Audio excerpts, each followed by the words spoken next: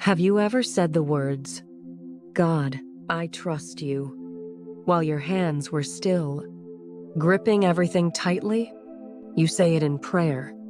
You say it in church. You even post it online. I trust God's plan. But late at night, when no one is watching, you are still trying to control the outcome. Still checking, still planning, still holding on, just in case. And if we are being honest, that is where the exhaustion begins. Because part of you wants to let go, but another part of you wonders, if I actually trust God with everything, what happens to me? But what if trust isn't what you think it is? What if surrender isn't loss? It is actually the doorway to everything you have been praying for. Today we are going to talk about what actually happens in your life, in your spirit, in your future. The moment you finally trust God with everything, and why this one decision changes absolutely everything. Welcome to Becoming by Faith, a space for every woman who is healing, growing, and still learning to trust God, even when it is really hard. If this is your first time here, I am so glad you found this channel. Today's message is for the woman who says she trusts God, but is still exhausted from carrying it all herself. By the end of this video, you will understand what is actually waiting for you on the other side of real surrender. And if this message speaks to you, please subscribe to this channel. You never know who else needs this today. The first thing that happens when you trust God with everything is the tightness in your chest begins to release. Notice something most people miss.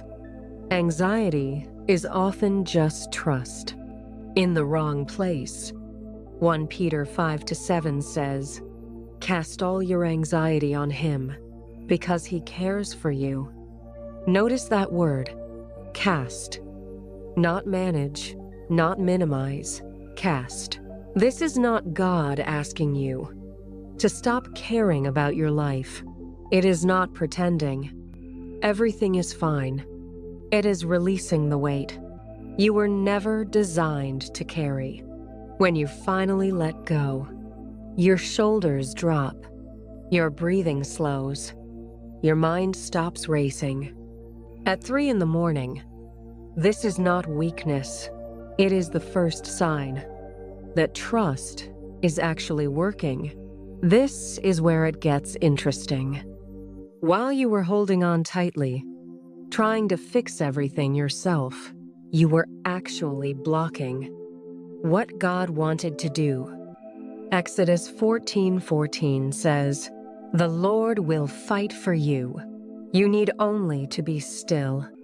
Notice that. Be still. Not fight harder, not try more.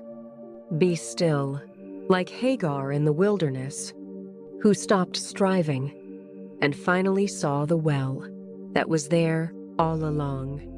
Sometimes the breakthrough was never far away.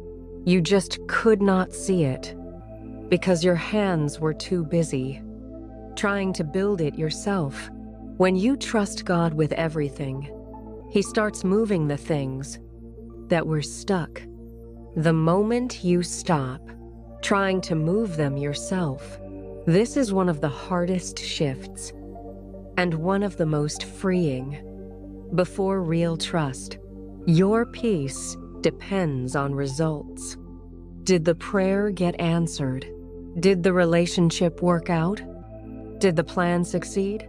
Philippians 4:11, 1-2 says, "I have learned to be content, whatever the circumstances."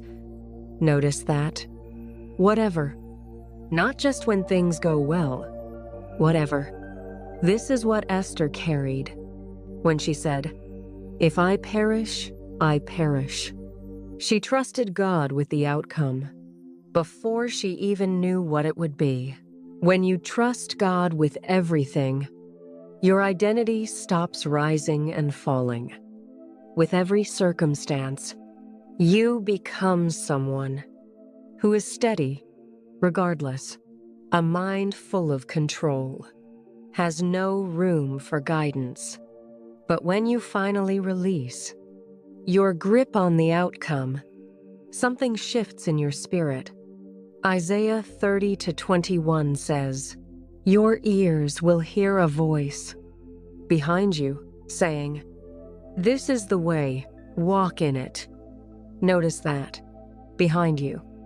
God often speaks once you stop running ahead of Him. This is what happened to Ruth. She stopped trying to plan her own rescue and started simply following faithfully, step by step. When you trust God with everything, you are no longer too loud inside your own mind to hear what He is saying. This might be the most practical shift of all. When you don't trust God with your timeline, fear starts making your decisions for you. You settle for less because waiting feels unbearable. You stay in situations that drain you because the unknown feels scarier. Psalm 27:14 says, "Wait for the Lord. Be strong and take heart." Notice that. Be strong while you wait. Not anxious, not desperate. Strong. When you trust God with everything, your decisions come from peace, not panic. You stop choosing out of fear of missing out and start choosing out of confidence in His timing.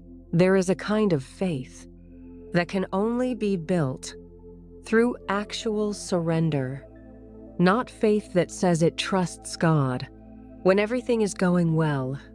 Faith that has tested the ground and found it solid.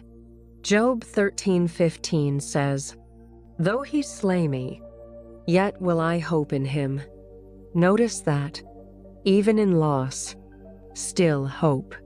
This is the faith of a woman who has trusted God through the worst and discovered He held her the entire time. When you trust God with everything, your faith stops being theoretical. It becomes tested, proven, unshakable. This is the promise waiting at the end of full surrender. Matthew 11:28 says, "Come to me, all you who are weary and burdened, and I will give you rest." Notice that. Rest. Not a temporary break.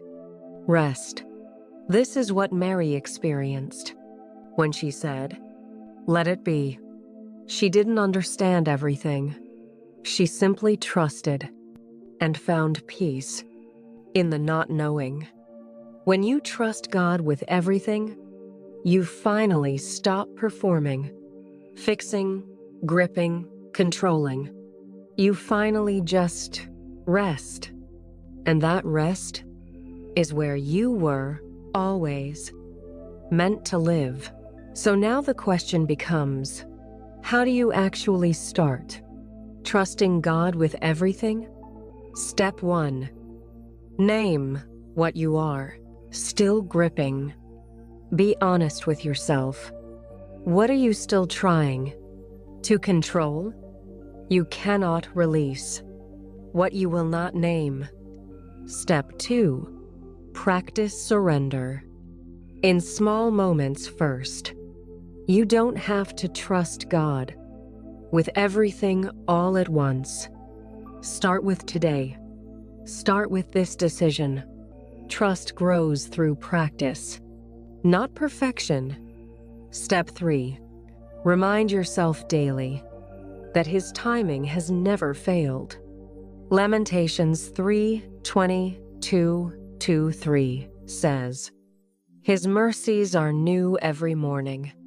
Every day is a new invitation to trust Him again. Before I let you go today, I want to pray with you. If you are comfortable, close your eyes for a moment. Lord, I pray for every woman who is tired of holding on so tightly. Help her release what she was never meant to carry alone.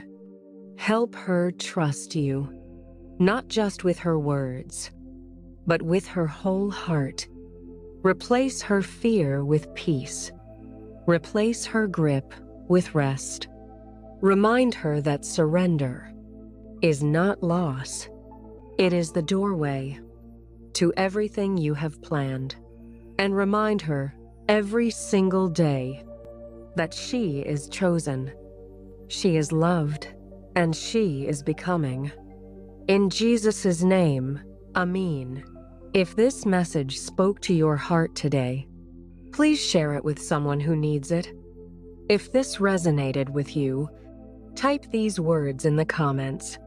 I let go. He has it. If you are new here, subscribe to this channel. We post every Friday. I will see you next Friday. Until then, keep becoming. God is not done with you yet.